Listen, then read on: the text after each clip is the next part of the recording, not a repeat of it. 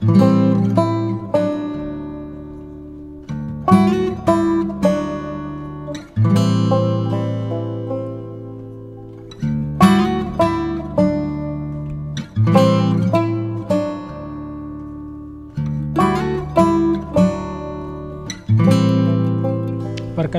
nama saya Amin Solihin, saya dari Tegal. Saya punya usaha cilor, tepatnya di Jakarta, di daerah Kramat 5, Kecamatan Senen. Jadi sebenarnya sih aku dulu kerja di setik, ya kan. Terus capek banget, Mas. Nah, pemikiran gua nggak apa-apa, gue capek banget, tapi gue pengen gajinya 15 juta. Nggak apa-apa nih, gue capek nih, tapi gue pengen dapatnya 15 juta. Setelah gue pikir-pikir, di Indonesia nggak mungkin dong karyawan gaji 15 juta kan. Gue berpikirlah ke luar negeri. Akhirnya gue mutusin mau ke Korea. Setelah kursus 8 bulan, tes di Ciracas, Depok, ya kan, PNP 2 TKI. Keluar dari ruang tes, kepalanya mau pecah tuh. Salahnya kan harusnya salah 4. Nah, gue salah 6. Kurang 2 lagi. Akhirnya gue dari ruang tes itu mutusin udah simpen berkas, gue nggak mau pulang sama rombongan, gue pengen ke Jakarta dulu gitu kan, buat balikin modal itu. Akhirnya ke Jakarta, kerja apa aja lah, yang penting gue kerja, nggak gitu-gitu aja. Akhirnya gue pertama kerja di Johar, ikut sotang, sosis kentang. Dari kerja di Johar, gue denger ada yang jualan cilor dengan sistem presentase, nggak gajian. Jadi presentase 60-40. Misal lu habis 500 tusuk, lu habis 200.000. Menurut gua waktu itu gede, Bang. Emang gede segitulah. Ya kan, dimana lagi coba bisa dapat 200.000 sehari. Akhirnya gua memutuskan keluar dari sotang, sosis kentang itu, gua ngikut ke cilor.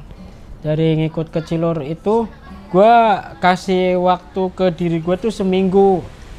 Kalau seminggu nggak jalan, gue mau nyerah gitu.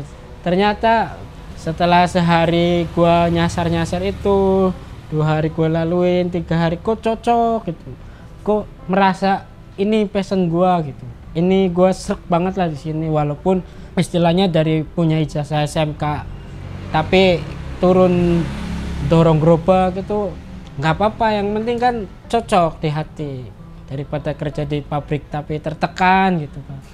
Akhirnya gue memutuskan diterusin lah, nyampe gue ngikut selama 3 tahun itu. Setelah itu kan ada corona. Nah, habis corona gue punya pemikiran pengen buka sendiri gitu kan.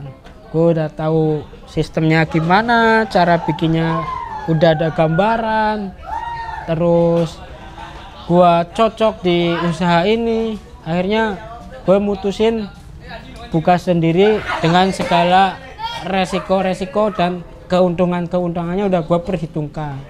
Dari ngikut 3 tahun itu gue udah dapet ilmunya. Akhirnya gue buka sendiri nyampe sekarang.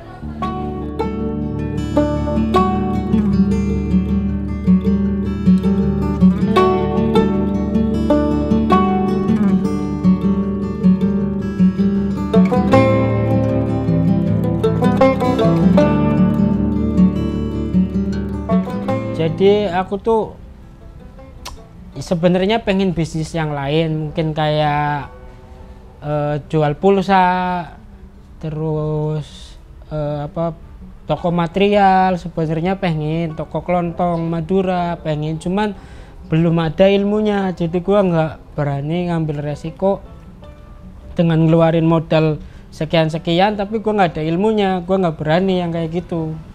Mungkin nanti ke depan gue ngikut dulu, baru beranilah buka, ngeluarin modal sekian-sekian buat buka itu kalau sudah menguasai ilmu dan skillnya dan tetek bengeknya lah. Kalau dukanya itu ya, dulu pernah jualan musim hujan kayak gini lah, bulan Desember kan musim hujan. Pas itu hujan gede, payungnya Bang terbang, nyampe nyangkol di kabel, udah bingung tuh. Gimana ya cara ngakalinya ya? Akhirnya ada angin lagi bang, payungnya terbang lagi, akhirnya jatuh lah itu. Nah badan udah basah kuyup dong, kehujanan dong, minyak udah tercampur sama air segala macem lah, udah hujan. Hujannya reda, itu banyak banget yang beli bang, minyak gue ganti, gue jualan lagi dalam kondisi badan masih basah kan. Nyampe airnya habis dan badannya juga kering bajunya. Itu sih yang dulu pernah gue rasain. Kalau sukanya ya alhamdulillah tuh, kalau Cilor keuntungannya jelas. Jadi kan dihitungnya per tusuk, misal lu habis 500 ya lu dapet duit 500 gitu. Mungkin kalau usaha yang lain kan ada yang untungnya nunggu berapa bulan, kayak bisnis pakaian kan kadang ada yang untungnya tempo, apa bayarnya tempo gitu-gitu ya. Kalau kuliner itu cash langsung, jadi kita hitungannya mudah dan jelas juga. Bisa dikatakan melebihi UMR lah, walaupun nggak pakai ijazah, tapi jualan cilor kalau biasanya bisa melebihi UMR untungnya. Hitung-hitungannya itu misal lu habis 500 tusuk, kita globalin nih dalam jangka sebulan, berarti 500 kali 30 kan 15 juta gitu kan. 15 juta berarti misal setorannya 300 kali 30 itu 9 juta, berarti lu masih untung 6 juta dalam jangka sebulan. Berarti itu lu udah melebihi UMR walaupun gak pakai ijazah. Kenapa gua bawa-bawa ijazah? Karena persyaratan di PT itu kan ada namanya TB tuh, tinggi badan. Nah kebenaran gue pendek, gue nggak memenuhi syarat tinggi badan itu. Akhirnya gue mau daftar-daftar ya sadar diri karena gue pendek. Akhirnya gue buka usaha kan. Nah usaha itu nggak pakai ijazah, bro. Dan gue punya karyawan rata-rata sih pendidikannya nggak SMK lah, nggak nyampe SMK gitu sih.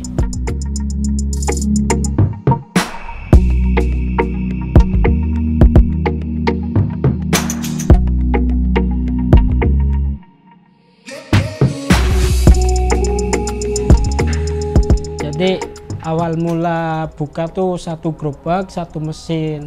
Sampai sekarang, waktu itu aku targetkan 1 bulan 1 gerobak.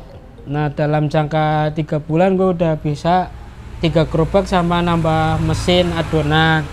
Pas itu terjeda sama lebaran, akhirnya gue pulang kampung dulu. Habis lebaran gue bangkit nambah 2 gerobak lagi, bulan depannya nambah gerobak lagi. Ada cerita unik, kalau nambah gerobak itu pasti akunya sakit bang. Itu nggak tahu kenapa, mungkin tambah beban atau gimana, atau kecapean atau gimana, tapi kalau setiap nambah gerobak itu pasti akunya sakit. Entah panas, entah radang dan lain-lain tuh ada aja kalau nambah gerobak sakit. Nyampe terakhir tuh bulan Oktober lalu kan nambah gerobak 2 itu juga saya sakit terakhir. Terus nyampe sekarang alhamdulillah udah punya 12 gerobak, dan karyawan-karyawan saya itu rata-rata pada jujur semua.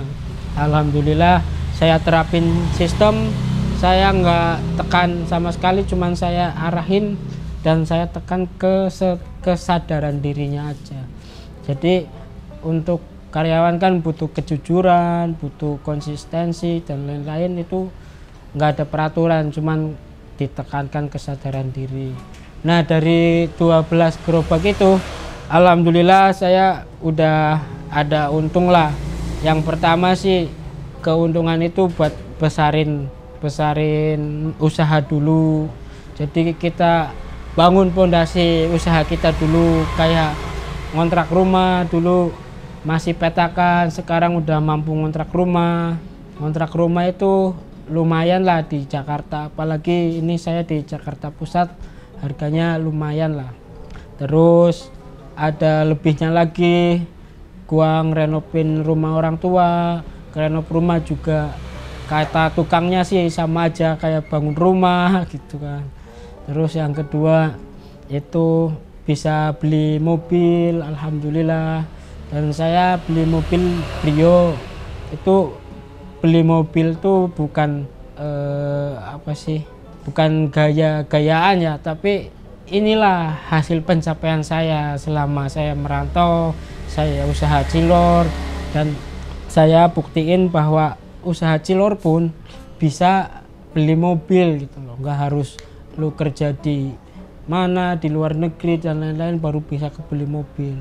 Jadi kalau mau penghasilan gede ya, kalau nggak mau disetak sama UMR atau lu mau protes UMR dinaikin karena biar lu dapat pendapatan gede, ya usaha sih kalau lu mau pendapatan gede mah. Jadi bisa banyak lebih gede daripada UMR lah.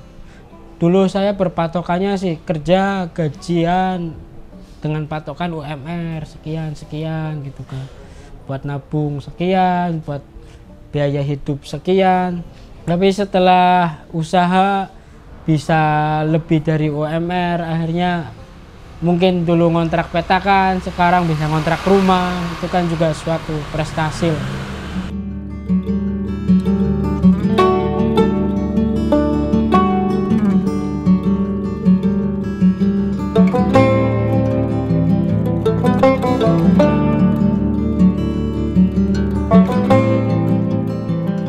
Tantangan cilor ya cari karyawannya susah, karena kan nggak semua orang mau dorong gerobak, nggak semua orang bisa dagang, nggak semua orang punya mental dagang. Ya dulu ya seringlah keluar masuk, sebulan keluar, 2 minggu karyawan keluar, nggak cocok mungkin, nggak bisa dagang mungkin, dan lain-lain lah. Itu yang pertama, cari karyawan. Terus di mesin, peralatan mesin-mesin buat produksi itu kadang sering kendala, ada per rusak, gear yang rusak, dan lain-lain. Itu pusingnya minta setengah mati. Jadi kalau mesin rusak itu nggak bisa produksi, otomatis nggak pada dagang semua. Itu yang ketiga itu cuaca. Namanya jualan itu tergantung cuaca. Kalau cuacanya hujan terus dari pagi sampai malam, ya otomatis orang keluar males, jadi nggak ada yang beli gitu.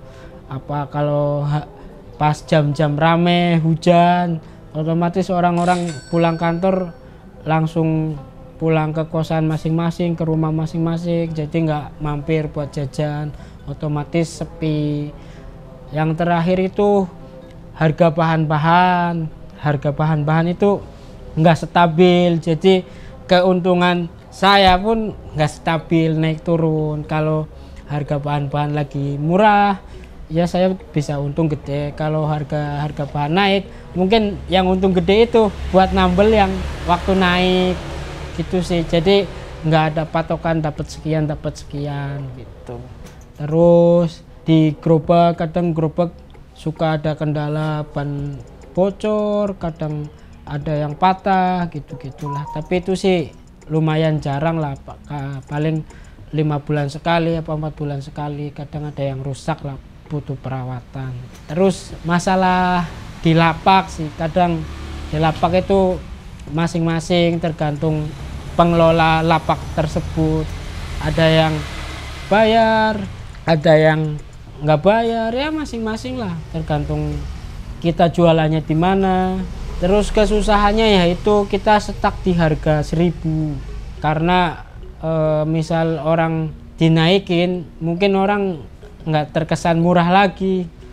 Mungkin kan orang alasan beli cilor yuk harganya 1000-an murah kok gitu. Kalau dinaikin beli cilor yuk, enggak harganya udah naik gitu kan, jadi berkurang. Dari jalan gua ngikut 3 tahun, gua udah jalan usaha 2 tahun lebih, itu belum pernah naik sih. Normalnya belum pernah naik, itu susah sekali naikin harga. Padahal harga-harga bahannya udah naik, itu yang susah.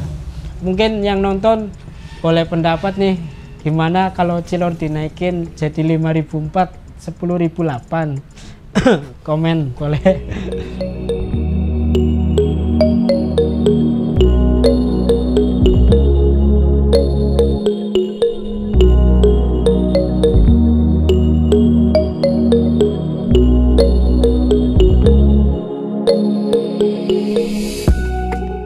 Jadi 12 gerobak itu saya tempatkan di daerah Jakarta Pusat lah. Ada di Taman Ismail Marzuki itu ada Cilor 2, terus di Gondang Dia ada 1, di Kalipasir 1, di Raden Saleh, Cikini, terus di Grand Indonesia 1, terus di Setiabudi 2, Kenari, terus di Kramat 6, itu udah 12. Itu sih. Jadi kalau mau beli Cilor tuh lihat tulisannya yang ada Cilor Bos. Jangan misal nanti lu beli di Cilor lain, nanti lu komplainnya di Cilor Bos. Itu janganlah. Lu kalau mau beli ya di Cilor Bos boleh. Misal pelayanannya kurang enak, rasanya kurang enak, boleh komentar atau hubungi saya langsung, nanti saya kasih arahan ke pedagang. Gitu aja. Terus sekarang sih udah berjalan, ada yang kerjasama sama saya gitu. Kerjasamanya gini, lu punya lapak nih, punya tempat nih, lihat tempat strategis, wah ini kayaknya belum ada Cilor nih, misal di Depok belum ada Cilor nih, terus apa gue buka usaha Cilor aja ya. Kan bikin Cilor susah tuh, kalau pakai manual digini-giniin tangan lu bisa patah mungkin atau gimana lah. Jadi lu bisa ngambil Cilornya aja, butirannya aja itu per 4 butir itu harganya 250 perak, nanti dikasih tusukan. Jadi bisa lu pesen 500 tusuk, jadi nanti dihitung 500 tusuk, nah harganya 250 dikali 500 aja gitu. Nanti dikasih tusukan, nanti lu nusukin sendiri di rumah. Nah untuk bisa tahan lamanya bisa dimasukin freezer.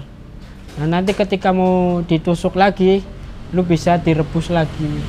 Itu saya sudah ada yang ngambil kayak gitu di daerah Mampang. Dulu Tanah Abang juga ada, tapi Tanah Abang kayaknya udah nggak jualan lagi.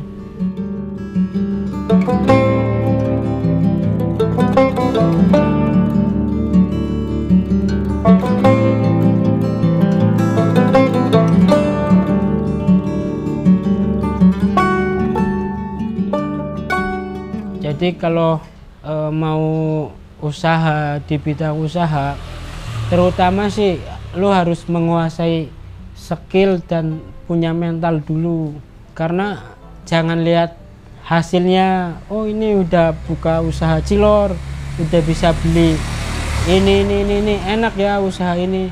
Jangan, lu mending ngikut dulu, lu cari tahu dulu celahnya di mana, nyampe lu udah menguasai, baru lu eksekusi, buka sendiri dan dimodifikasi sedikit lah, jadi biar agak beda. Misal lu mau usaha Cilor, nanti lu jualnya di kafe, di diskotik dan lain-lain, itu bisa.